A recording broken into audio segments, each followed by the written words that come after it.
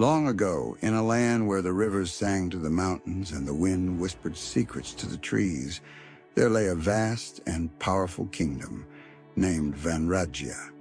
It stretched across golden plains, dense forests, and snow-capped peaks, a land of astonishing beauty. But beneath its breathtaking landscapes lay a shadow darker than the night, a reign that crushed dreams and silenced voices, especially those of women. Vanrajya was ruled by Maharaja Virshatru, a man whose name alone was enough to make entire villages tremble. He had inherited the throne at the age of 21 after his father's mysterious death, and with his rise came a tide of cold cruelty. His early years were marked by brilliant military conquests. He pushed the borders of Vanrajya further than any king before him, but power tasted sweet on his tongue, and he soon developed a hunger not only for land and gold, but for total control over every soul under his reign, especially women. Virshatru's laws were harsh. Women were forbidden to speak in assemblies, barred from education, and denied the right to inherit property. A woman found reading a manuscript was whipped. A girl seen practicing swordplay was sent to the mines. The only roles allowed were to bear sons, serve their husbands, and disappear behind the silken veils of the zenana. Daughters were considered burdens, married off before their first moon's blood. If a woman's husband died, she was forced into a widow's exile, sometimes even burned on the pyre in an unholy imitation of valor. At first there were whispers of dissent, low, frightened, trembling sounds. Mothers wept at night.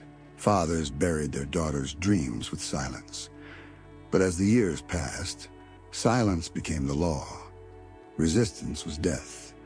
The Iron Crown, as Virshatru's symbol came to be known, was feared more than fire or famine. It was said that the king wore a crown lined with the bones of women who dared to speak.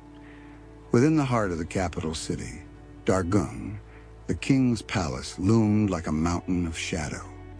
Inside, among marble halls and golden arches, lived thousands of women in silent misery. The zenana was a labyrinth where time stood still, and smiles were rarer than rain in the dry seasons. Each face was masked with makeup and misery, each story buried in sand. Among them lived a young woman named Ishvari. She had been brought to the palace at the age of 14, a gift to the king from a defeated chieftain. But Ishvari was not ordinary. Her father had once taught her to read in secret, had whispered the stories of queens and warrior women long forgotten. He had died for this defiance, but his flame had burned bright enough to light a fire within her. Ishvari watched the court, the king, the guards, and the ministers with quiet eyes. She spoke only when required. But her mind wandered, grasped truths, traced patterns. Over the years, she began to see how the kingdom worked. Who brought messages, who delivered supplies, who had loyalty and who had doubt. She noticed the fear in the eyes of the queens, the bruises hidden behind silks, the girls who disappeared in the night and never returned. She began to speak, not with her voice, but with secret notes, small carved symbols, gestures passed among trusted hands. She formed bonds, not with strength, but with silent courage. She found others, maids, concubines, even a few palace guards, who remembered the old songs, who knew their mothers had once sung without shame. One such ally was Asha, a widow who had been taken in as a palace cook. She had lost 3 daughters to the king's purge, but survived by hiding her pain and poisoning it with purpose. Then there was Surya, a eunuch who moved between chambers as a trusted servant, but had once been a freedom fighter in the hills.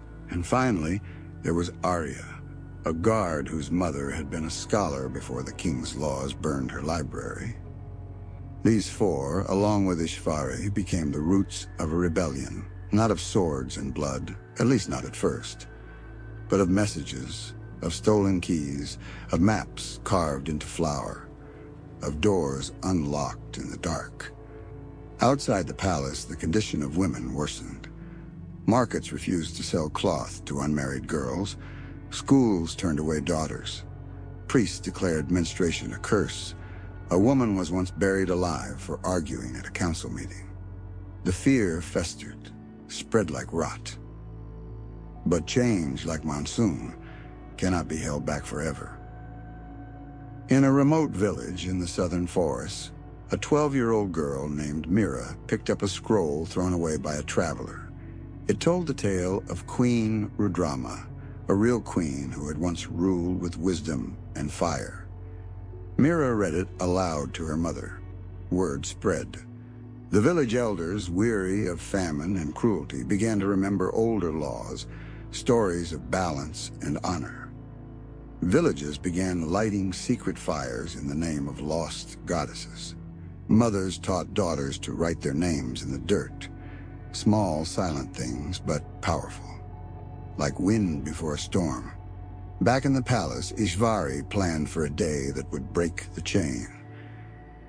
That day came during the Festival of Strength, a day meant to celebrate the king's conquests.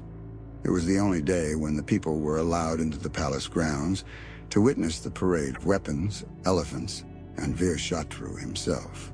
Ishvari knew this was the moment, the only moment the Iron Crown would be among the people. She had prepared for months. Asha had poisoned the ink used for the king's ceremonial blessing.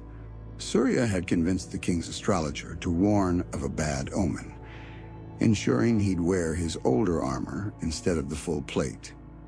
Arya had opened a hidden gate near the gardens, and Ishvari, she had the final piece, a small dagger, carved from ivory and hidden inside a ceremonial necklace. As the drums thundered and the people roared in fear and false cheer, Ishvari stepped onto the dais as one of the flower girls meant to honor the king. Her heart thundered, but her face was calm. She approached the king as he raised his hand to bless the crowd. Then she struck. But not his heart. No. She slit the ropes, holding the iron crown on his head, and threw it into the crowd. A gasp. A moment of silence that stretched into eternity. The crown, so feared, so heavy with tyranny, fell into the dirt at the feet of the people. The crowd froze. The guards hesitated. The king roared in rage. Then a young girl from the crowd, barely 10, picked up the crown and held it high. "No more!" she cried. The crowd erupted. What followed was chaos. The rebellion exploded from the underground like a volcano. From within the palace, gates opened. Hundreds of women poured out, some with broom, some with blades. Villagers stormed the outer gates. Loyalists of the king fought back, but they were few. Fear had kept them in power, and fear now turned against them. The king was captured, not killed. Ishvari demanded he be judged, not by sword, but by the voices he had silenced. The trial took 3 days. Women came from across the kingdom to speak, not just of their pain, but of their power, their truth. The court overflowed. Ishvari did not sit as queen. She sat as a witness. When the judgment came, it was not death. The king was sent to the mines to dig and labor in silence, just as he had sentenced others. In the months that followed, Vanrajaya changed. The Iron Crown was melted, reshaped into a statue of a woman holding a book and a sword. Education became a right, not a privilege. Daughters were not married off. They were asked what they dreamed of. Women entered councils. Some took up arms. Others took up ink. Asha became Minister of Health. Surya led the temple reforms. Arya trained the royal guard. Ishvari? She vanished from the public eye. Some say she became a wandering teacher. Others say she took another name and lived among the people. But all agree she lit the match. Years passed. Generations bloomed. And in every school, every temple, every home, the story of the king who ruled with fear and the women who broke his chains was told like scripture. Vanrajya became known not as the kingdom of kings, but the land of balance, the land of voice, the land where no crown would ever weigh more than a soul.